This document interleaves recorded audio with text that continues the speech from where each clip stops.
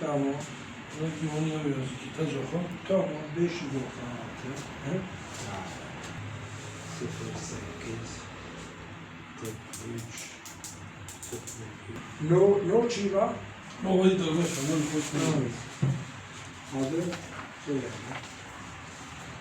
Şanlıurfa ile Karaköprü ilçesi Doğukan Mahallesi 5936 Paada 7, 8, 9, 10, 11. Eski 5900 olsa da 1, 2, 3 nolu parsellerde yaklaşık 101 dönümlük alanda sağlık tesisi alanının kadın doğum ve çocuk hastanesi alanı 26.02.2026 tarihli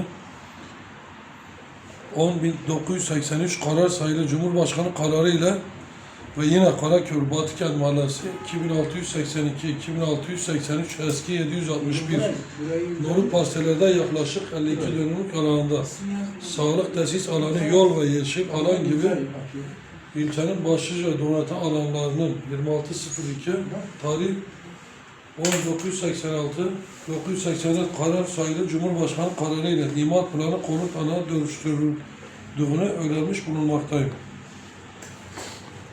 Onanan plan kapsamında artan nüfus için ihtiyacı olan kentsel ve sosyal teknik altyapı alanından ayrılmaksızın yapılan planlama ile yeni mekansal planlar yapım yönetmeliğine aykırı olarak düzenlendiğini görülmektedir.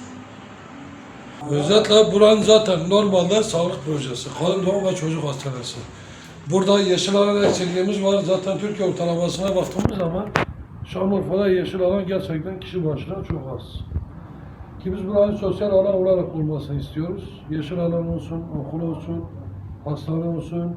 Ama biz konuta karşıyız. Burada zaten konut fiyatları 10 milyon, 12 milyon ki bu gibi şeyler göz önüne alırsak hani her tarafta o zaman konut olsun. Peki insanların sosyal alanları ne olacak?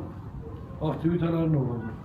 Ve biz burada ince halimizden saygısı çok yüksek ki biz zaten Cuma günü saat 2'de Karaköy Belediyesi'nin önünde orada bütün evraklarımızı teslim edeceğiz.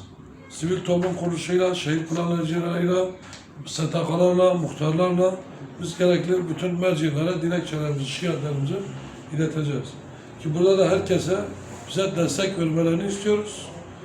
Geleceğimiz için, çocuklarımız için, daha güzel bir ortam için, daha güzel bir mahalle için, daha güzel bir ilçe için hep beraber el ele vermek istiyoruz. Abi. Abi. Sen belediye başkanı yaşıyorsun.